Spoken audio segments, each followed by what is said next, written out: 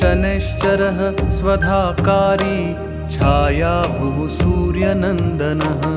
मार्तण्डजो यमः सौरी पङ्गुश्च ग्रहनायकः ब्रह्मण्यो क्रूरधर्मज्ञो नीलवर्णोऽञ्जनद्युतिः द्वादशैतानि नामानि त्रिसन्ध्यं यः पठेन्नरः तस्य पीडां न चैवाहं